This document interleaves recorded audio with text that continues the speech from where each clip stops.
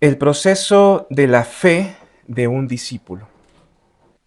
En el último sermón que hemos dado sobre Juan, hemos estado viendo sobre la importancia que tiene el testimonio de Jesús. Cuán importante es para nosotros que podamos tener el testimonio de quién es Jesús. Es tan importante que en 1 Juan 5, 11, 12 dice, y este es el testimonio, que Dios nos ha dado vida eterna, y esta vida está en su Hijo. El que tiene al Hijo tiene la vida. El que no tiene al Hijo de Dios no tiene la vida. Es tan crucial tener el testimonio de Jesús en nuestras vidas que se nos habla incluso de eternidad. Sin embargo, hermanos, nosotros que tenemos a Cristo y que tenemos esta vida eterna, y aunque tenemos esta seguridad de vida eterna, nos damos cuenta que a veces la vida en la tierra no es tan sencilla. La vida en la tierra a veces se torna muy difícil, muy compleja. No es que no tengamos el testimonio de Jesús, no es que no tengamos la fe en nosotros, sino que esa fe, hermanos, se encuentra en un proceso. A veces nos preguntamos por qué sufrimos si creemos en Cristo. O a veces nos preguntamos por qué me pasa esto si yo voy a la iglesia y creo en Dios. Porque los problemas siempre estarán ahí, pero hay algo que debe de cambiar, que es la fe. O sea, tu fe, mi fe, debe de entrar en ese proceso del discipulado para que sea de una fe que es embrionaria, básica, pueda desarrollarse hasta encontrar madurez. Debemos entonces entender, hermanos, que nuestra fe debe ser fortalecida. Nuestra fe debe ser fortalecida. Y a través del pasaje de hoy vamos a ver cómo Cristo puede fortalecer nuestra fe. El primer punto es que nuestra fe, aunque está en un proceso, debe estar anclada en la obra de Cristo. Y voy a releer los primeros versículos, del 43 al 45, dice así. El siguiente día quiso Jesús ir a Galilea y halló a Felipe. Y le dijo, sígueme a Felipe. Y Felipe era de Betsaida, la ciudad de Andrés y Pedro.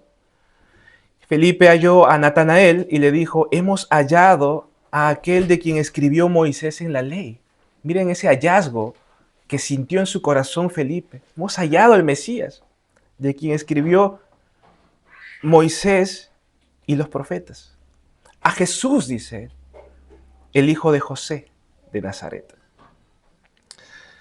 La fe de los primeros discípulos, hermanos, a veces nosotros admiramos a estos discípulos grandes, ¿no? Pedro, Juan. No quiero matar de repente ese pensamiento, pero la fe de los discípulos no era una fe muy, vamos a decir, aunque era una fe salvífica, eran salvos, no era una fe en plenitud. No era una fe completa, aunque confesaran cosas correctas. Felipe, por ejemplo, confesó cosas muy correctas, ¿no? Que hay alguien que hemos hallado de quien escribieron los profetas y Moisés. Era muy correcto. Pero su fe no era madura. Felipe no entendía a plenitud que Jesús era el Salvador. Y no entendía a plenitud por qué vino Jesús. Vamos a ver unos versículos. En estos versículos los discípulos, por ejemplo, se escandalizaron cuando escucharon la misión de Jesús. ¿Por qué vino Jesús? Dice en Mateo 16, 21 al 22, desde entonces Jesucristo comenzó a declarar a sus discípulos que debía ir a Jerusalén, y miren la misión, y sufrir muchas cosas de parte de los ancianos, de los principales sacerdotes y de los escribas, y ser muerto y resucitar al tercer día. tomando aparte a Jesús, ¿saben lo que hizo Pedro? El famoso Pedro. Dice que le reprendió. Y Pedro le dijo a Jesús, no lo permita Dios, Señor, eso nunca te acontecerá. O sea, Pedro, el gran apóstol, no entendía la misión de Jesús, que Jesús vino a morir. Y Pedro dijo que no te pase eso, Jesús. No solamente a Pedro, a todos los discípulos también le pasaba esto. Por ejemplo, en Hechos 1:6 dice, entonces los que se habían reunido le preguntaron, diciendo, Señor, ¿restaurarás el reino a Israel en este tiempo? Miren esa pregunta de los discípulos, luego de que Cristo había resucitado incluso, miren, luego de la resurrección, le preguntaban aún a Jesús si iba a restaurar un reino terrenal. Entonces ellos no habían comprendido bien, aunque confesaban cosas correctas. Para el pensamiento judío de aquel entonces, el Mesías tenía una connotación más política, era la verdad. Ellos estaban bajo la opresión romana y ellos querían un Mesías, un Salvador que los libere de esa opresión. Aunque ese Mesías era un enviado de Dios, tenía rasgos divinos, pero también era muy humano, tan humano que debía de liberarlos de la opresión romana. Y aquí vamos a ver algo. Tanto Felipe como Jesús van a confesar lo mismo sobre el Mesías. ¿Recuerdan lo que dijo Felipe, verdad? Que hemos hallado de quien escribió Moisés y los profetas a Jesús. Miren, lo mismo confesó Jesús. En Lucas 18, del 31 al 34, tomando aparte a los 12 discípulos, Jesús les dijo, miren, subimos a Jerusalén y se cumplirán todas las cosas que están escritas por medio de los profetas acerca del Hijo del Hombre. Miren, Jesús también dijo lo mismo que Felipe. El Antiguo Testamento habla de mí, dijo Jesús. Se va a cumplir todo. Pero aquí vamos a encontrar algo. Vamos a hallar el desvío que hace Felipe en su fe. Y esto nos va a ayudar, hermanos, ¿a qué? Para que nuestra fe madure. Vamos a detectar ese desvío en la fe de Felipe para que nosotros no nos desviemos de la fe y nuestra fe madure. El desvío de Felipe, de donde proviene, por supuesto, una fe inmadura, viene en la segunda parte de esta expresión. Felipe dice, hijo de José de Nazaret. Si se dan cuenta ahí, ¿qué confesó Felipe? Dijo, hijo de José. ¿Era Jesús hijo de José? Claro que no. Jesús era hijo de Dios. Pero miren a Felipe lo que dice. Hijo de José de Nazaret. La primera parte estaba muy bien. Las profecías hablan de Jesús, pero la segunda parte no estaba bien. Se estaba desviando. Pero Jesús no. En su confesión de Jesús, la primera y la segunda parte estaba bien. Que hablaban los profetas de Jesús, estaba bien. Pero también que Jesús vino a morir, estaba bien. Jesús se va a mantener en la línea precisa de cómo debe ser la fe. Y cómo nuestra fe, hermanos, puede madurar. Porque la verdad necesitamos madurar en la fe. Necesitamos madurez espiritual. En Lucas 18:32 dice, pues será entregado a los gentiles y será objeto de burla, afrentado y escupido, y lo azotarán y después lo matarán y al tercer día resucitará. Eso confiesa Jesús. Jesús estaba alineado con las profecías del Antiguo Testamento. Ojo que las profecías del Antiguo Testamento decían que él iba a morir, pero ¿cómo habrá sido la lectura de Felipe del Antiguo Testamento? Que él no entendía eso. Él lo leía y no entendía. No entendía la misión de Jesús. No entendía que el Mesías era espiritual. Y en esto, hermanos, es lo que debemos de fundamentar nuestra fe y arreglar nuestra fe si se ha desviado. Primero, ¿en qué debemos de fundamentar nuestra fe? En las Escrituras, que es la primera parte, ¿verdad? En que toda la Biblia habla de Jesús. Y nosotros tenemos una gran ventaja, una mayor ventaja que Felipe. Felipe solo tenía el Antiguo Testamento. Nosotros tenemos los dos testamentos. Nosotros podemos ver con mucha más claridad que Felipe.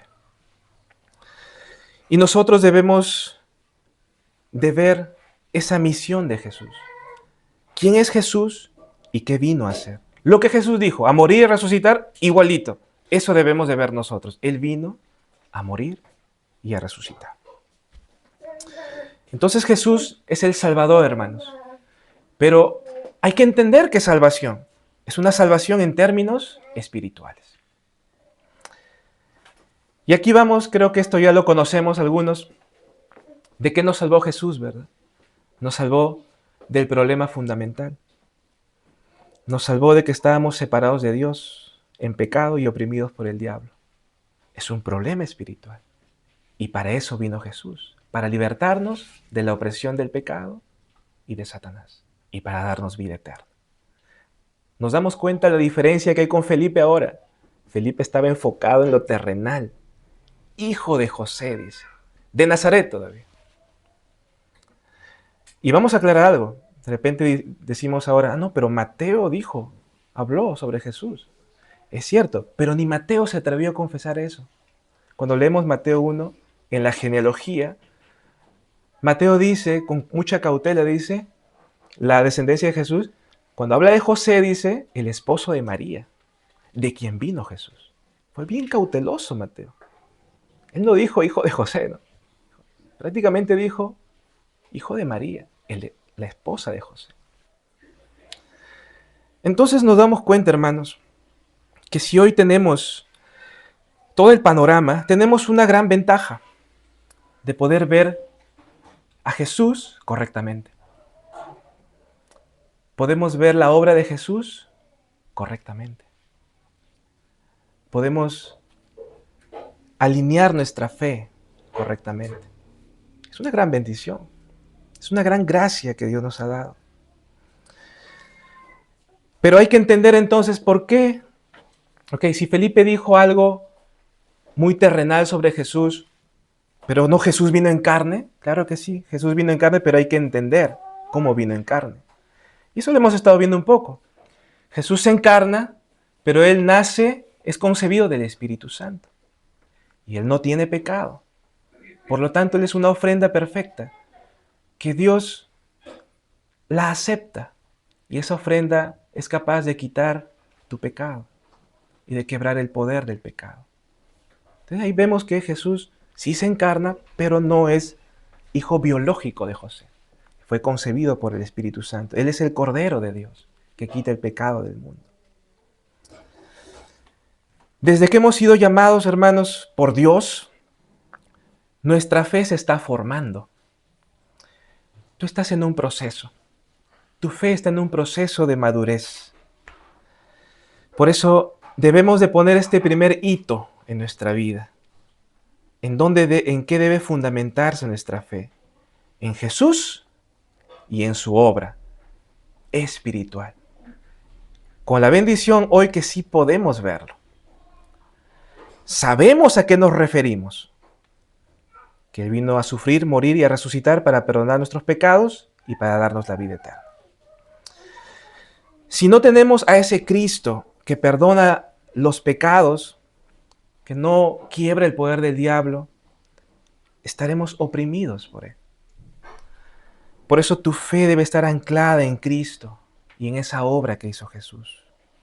Hermano, pero esta realidad también debe afectar tu vida en el presente. Porque, como hemos dicho al comienzo, tener a Cristo es de vida o muerte. Si no tienes a Cristo, estarás oprimido por el enemigo. Estarás bajo condenación. Pero si tienes a Cristo, tienes la vida. Por lo tanto, tu presente debe ser afectado. Tu vida diaria, tus actividades, tu carácter, tu personalidad debe ser afectada. Tu trato con las personas, la forma en que ves los problemas. Toda área de tu vida, hermano, debe ser afectada con esta realidad. Porque estás creyendo en Cristo. Estás creyendo que Jesús ha solucionado todos los problemas. Estás creyendo en la misión de Jesús espiritual. Él te ha arrancado de la potestad de Satanás. Es la mayor respuesta que puedes recibir. Amén. Amén. Por la gracia de Dios. Entonces, ese es el primer punto, hermanos. Y debemos comprender entonces eso para madurar en la fe. Ahí está tu ancla. Acuérdate de eso. Ese es tu ancla. Cristo y la obra de Cristo. Es tu ancla para tu fe. Para que tu fe madure. Vamos a pasar al segundo punto. Y el relato va a seguir con este proceso de la fe. Con el proceso de la madurez. Y el segundo punto le he titulado: debemos anclar nuestra fe en lo que Dios dice de nosotros. En lo que Dios dice de nosotros. Vamos a ver los versículos del 46 al 49. Dice así: Natanael le dijo: ¿de Nazaret puede salir algo bueno? Le dijo Felipe: ven y ve. Cuando Jesús vio a Natanael que se le acercaba, dijo de él, Jesús dijo de Natanael: he aquí un verdadero israelita, en quien no hay engaño.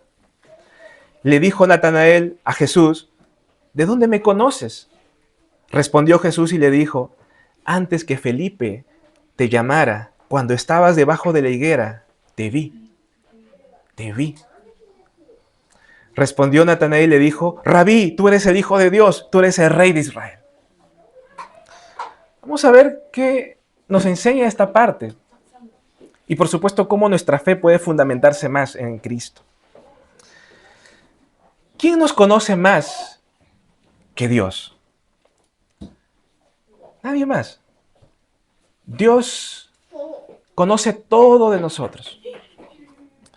Dios conoce perfectamente el corazón del hombre. Y si vamos a decir cómo nuestro corazón, la palabra dice, en Jeremías 17:9 dice: engañoso es el corazón más que todas las cosas y perverso. ¿Quién lo conocerá? Solo Dios. Dios nos conoce, hermanos. Es posible que no sea de nuestro agrado escuchar esto, que soy malo, que mi corazón es malo. Pero Dios no desea engañarnos. Lo que pasa es que Dios dice algo y nosotros a veces decimos otra cosa, pensamos diferente de Dios. Por ejemplo, en Romanos 3:10 dice que no hay justo ni un uno, pero nosotros a veces pensamos que somos justos, ¿verdad? Nosotros pensamos así, que somos justos, pero la Biblia dice que no hay justo ni uno. ¿Qué más dice la palabra? Que no hay nadie que busca a Dios. Y nosotros a veces pensamos, o las personas piensan que buscan a Dios cuando no lo hacen correctamente. La palabra dice que no hay nadie quien haga lo bueno, ni siquiera uno. Pero nosotros creemos que somos buenos, ¿verdad? Nosotros a veces opinamos distinto de Dios. ¿Saben por qué es eso, hermano? Eso es por el yo. El yo es ese orgullo. Es cuando nuestra opinión es diferente a la de Dios. Y ese yo constantemente está manifestándose en nuestra vida. Constantemente salta. Y lo vemos en Natanael, cuando él mostró desprecio. Felipe le dijo: Jesús, hijo de José, de Nazaret. ¿Y qué le dijo Natanael? De Nazaret puede venir algo bueno. Despreciando totalmente a Cristo. El yo es el problema más grande que tenemos para que nuestra fe madure también. Entonces, no se olviden, hay que anclar la fe en Cristo, pero vamos a enfrentar un problema que es el yo. ¿Por qué no oramos? No oramos porque nosotros pensamos que no necesitamos, es la verdad. Es porque el yo ha tomado el primer lugar. ¿Por qué no leemos la Biblia? Es porque lo mismo. No necesitamos la opinión de Dios. Hermanos, eso es la franqueza de Dios. lo que Dios nos dice como somos. No consideramos valiosa la palabra. Por supuesto, esto no es para recriminar, ¿no? Esto es para entender cómo la misericordia de Dios se va a manifestar. Ahorita lo vamos a ver. Porque incluso, hermanos, en ese gran problema que tenía Natanael de orgullo, Jesús entra y Jesús muestra su misericordia con Natanael y soluciona ese problema de orgullo que él tiene. Vamos a ver cómo, a través de 2 pasos. El primer paso que hace Jesús es cuando le dice: he aquí un verdadero israelita en quien no hay engaño. Nosotros sabemos que cuando una persona no reconoce, cuando el orgullo está ahí, el yo está ahí, es muy difícil, ¿verdad? Tratar. Es muy difícil llegar a un buen puerto.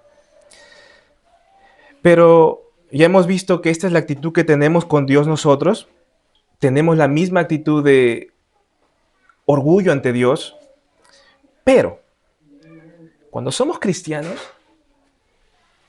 ustedes sabrán algo, hermanos, que hay algo en nosotros, así de repente de chiquito, que de repente el resto dicen: no, él no tiene salvación. Pero Dios dice: sí, a él puedo salvarlo, a él puedo tocarlo, a él puedo hablarle, en él puedo obrar.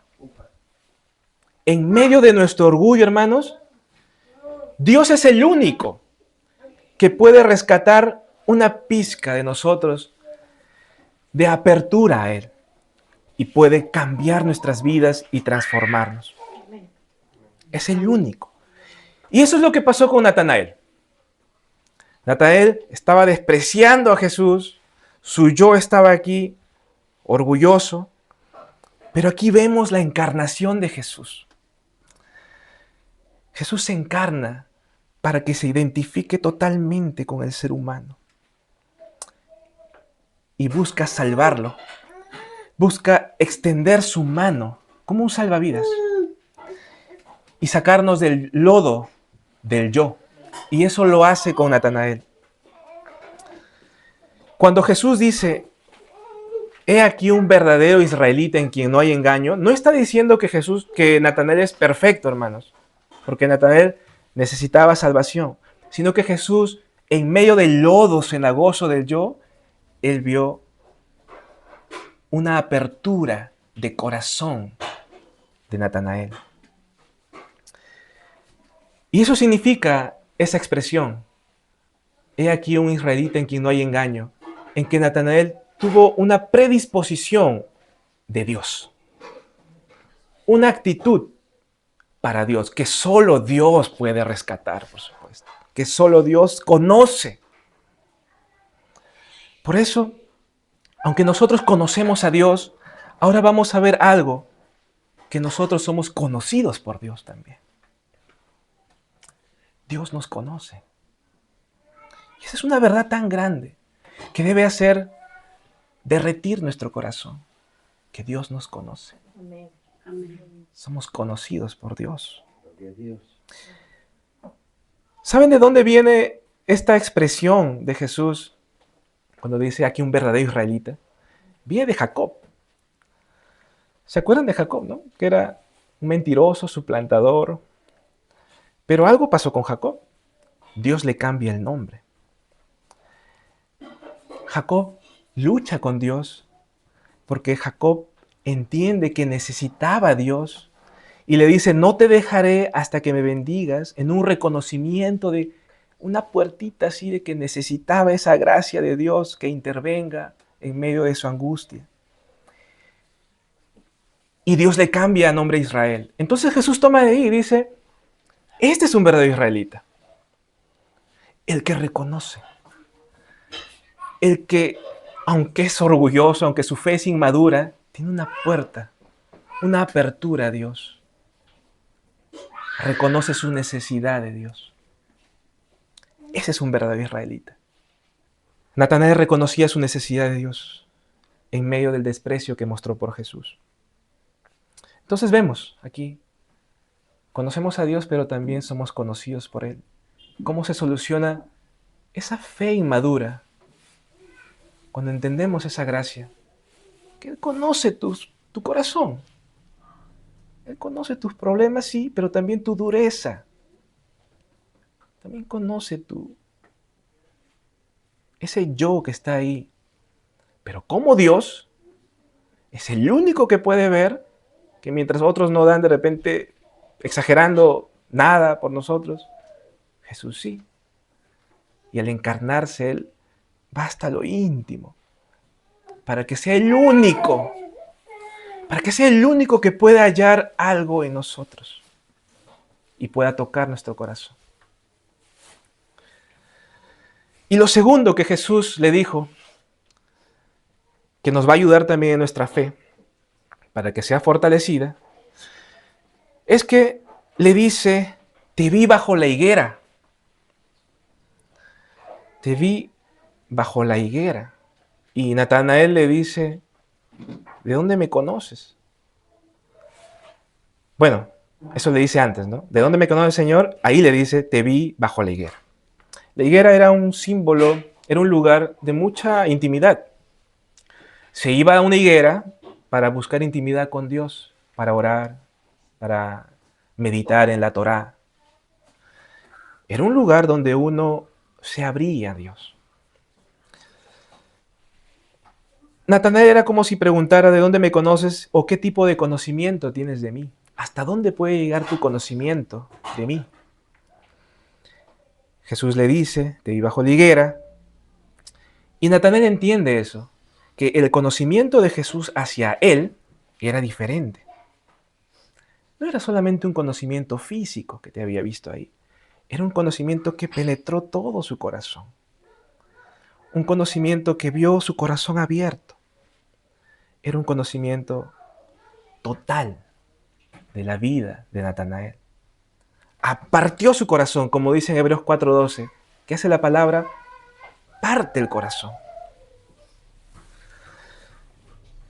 Conoció, por supuesto, también su orgullo, pero también esa apertura que tenía hacia Dios y también esa esperanza mesiánica.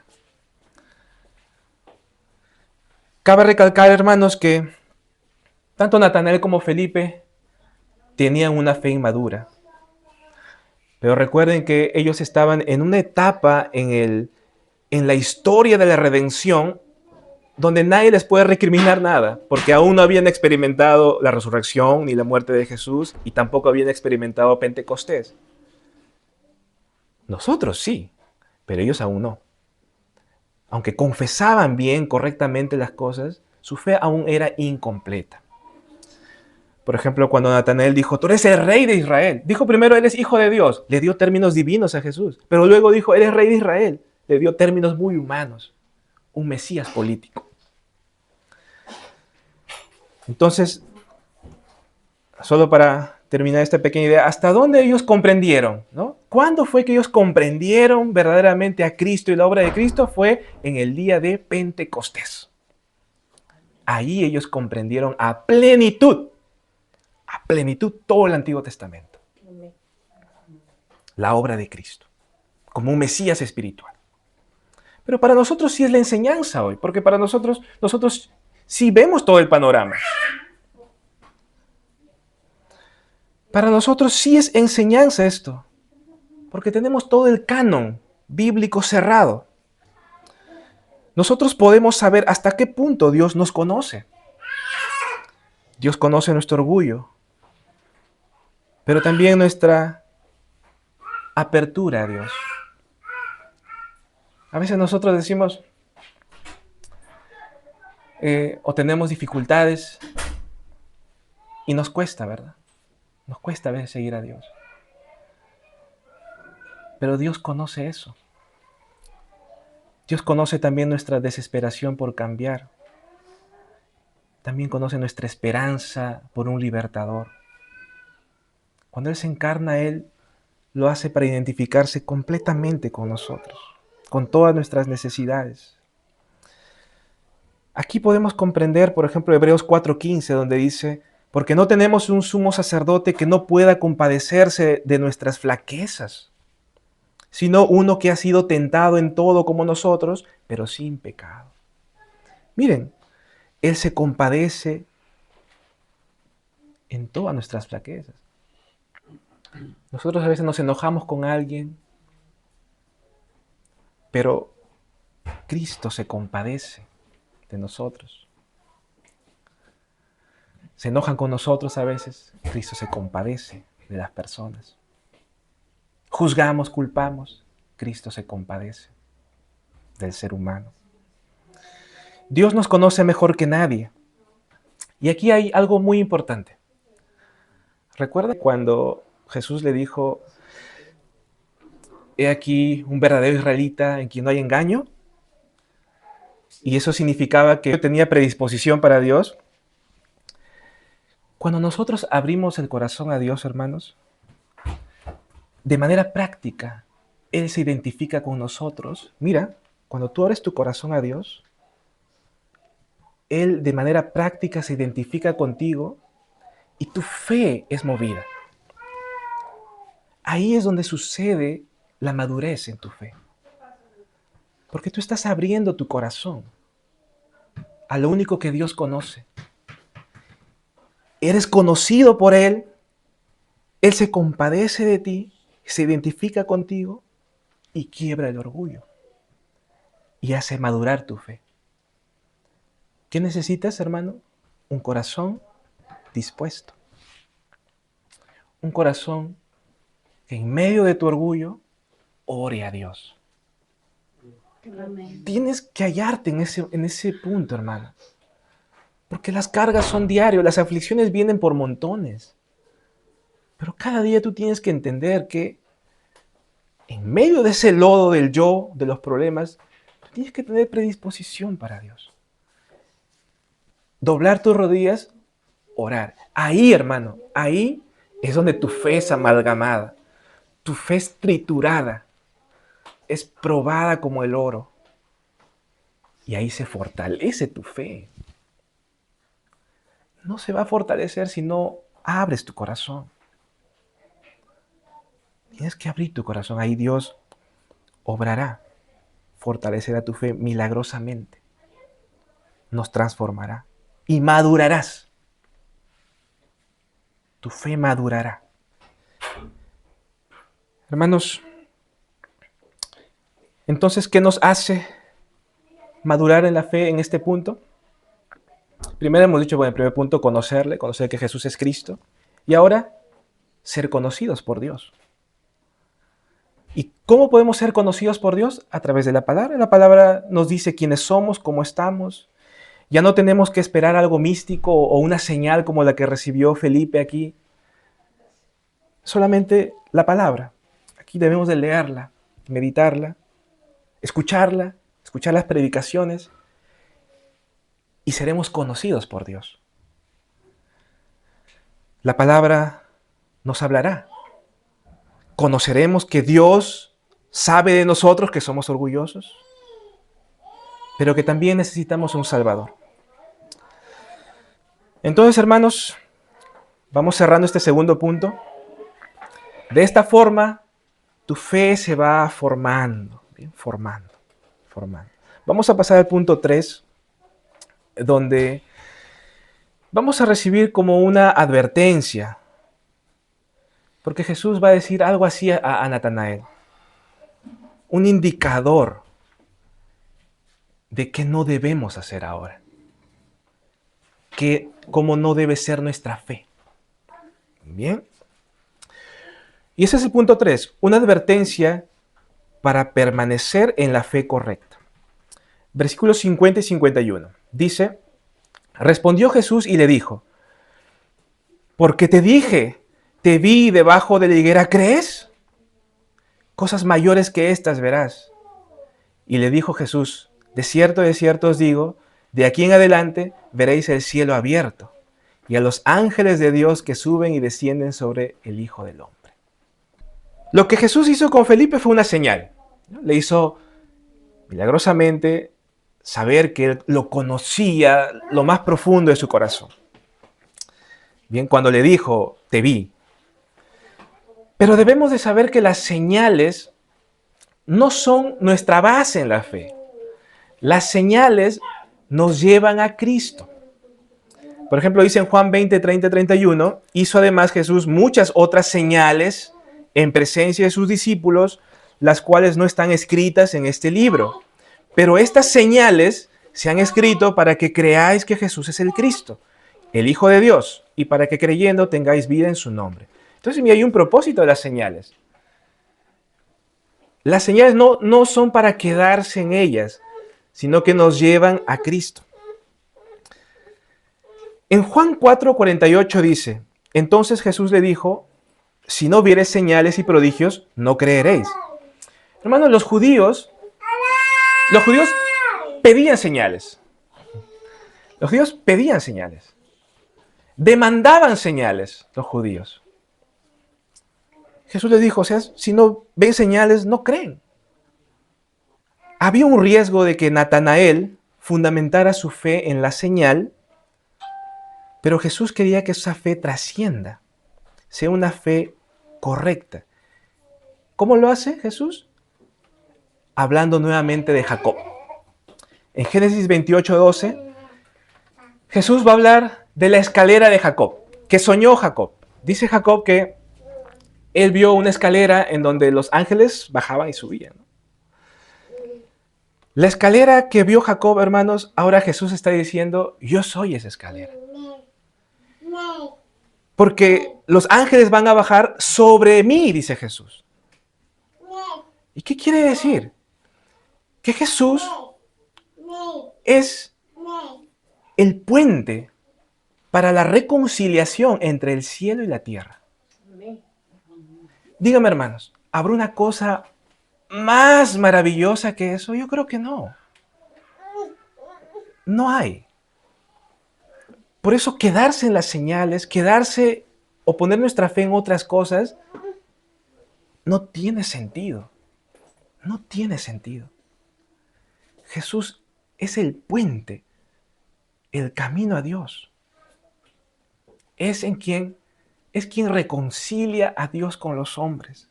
La máxima obra que pueda haber. Jesús advierte esto para que no basemos nuestra fe en algo más que solamente en Cristo. Vale la pena hacer esta advertencia, hermanos. Vale la pena. Porque nuestra fe a veces se desvía. Jesús dice, yo soy la escalera. Yo soy el camino. No hay otra cosa de qué hablar. No hay otra cosa más importante que la salvación. Cuando examinamos en Mateo 16, se acordarán de estos textos también cuando la gente se confundió, ¿verdad? Vio a Jesús hacer milagros y lo confundieron con Elías. Miren cómo la fe se va desviando cuando uno se centra en los milagros, por ejemplo. No puedes centrarte en los milagros. Es tanta la confusión que nos genera misticismo. Cuando Jesús hizo buenas obras, le confundieron con Jeremías. Nosotros no podemos creer que la religión o que el cristianismo es solamente hacer buenas obras. El humanismo es una distorsión de la fe. Y Jesús mostró rectitud y le confundieron con Juan el Bautista, como alguien legalista.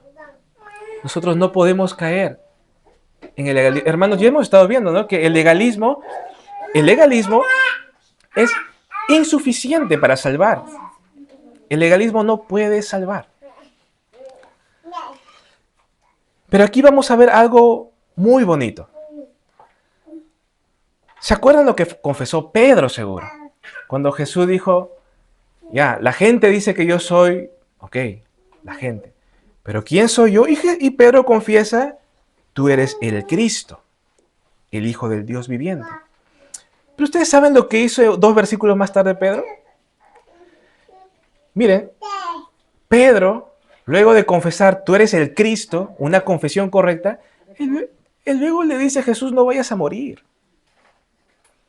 Que no te suceda a ti, Jesús. No mueras, no resucites. ¿Saben por qué, hermanos? Porque su fe era inmadura. No entendía el plan de Dios. Sin embargo, aquí tenemos que definir algo muy importante. Si bien es cierto que la fe de Pedro era inmadura, pero él confesó que Jesús es el Cristo. ¿Ustedes saben cómo terminó Pedro? En Hechos 2, él termina con un mensaje magistral de quién es Jesús. Él predica la resurrección y muchos se convierten. ¿Saben por qué, hermanos? Porque no importa a veces tu inmadurez.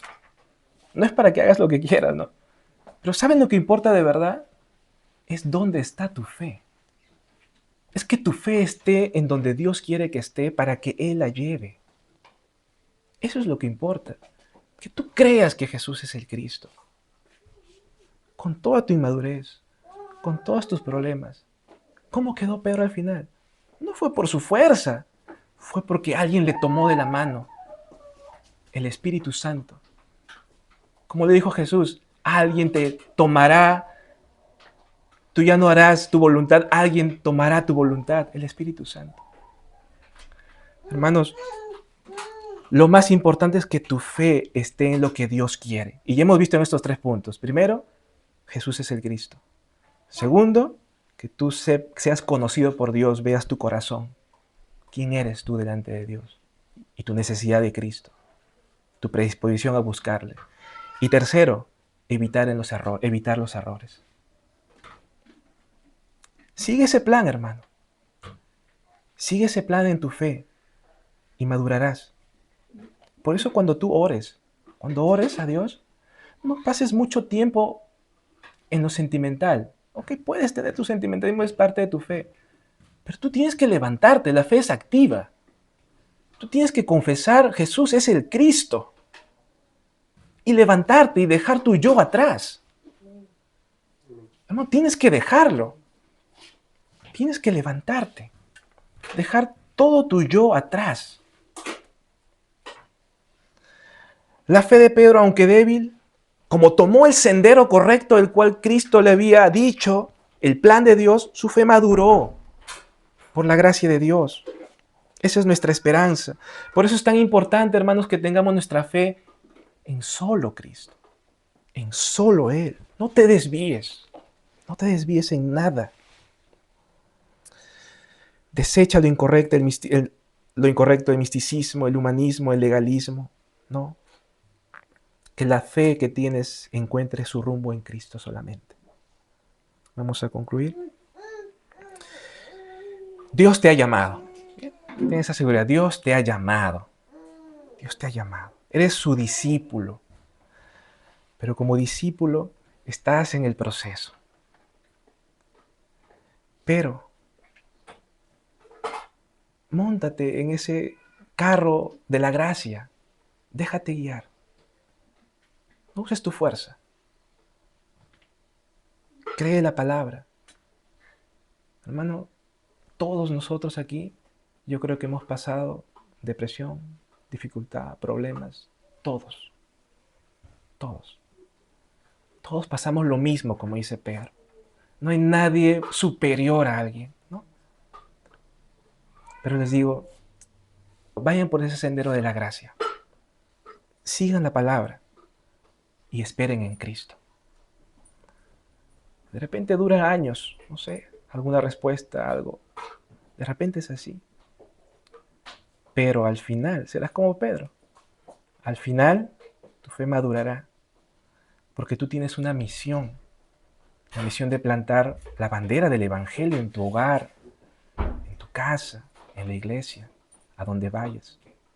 Has sido llamado por Dios.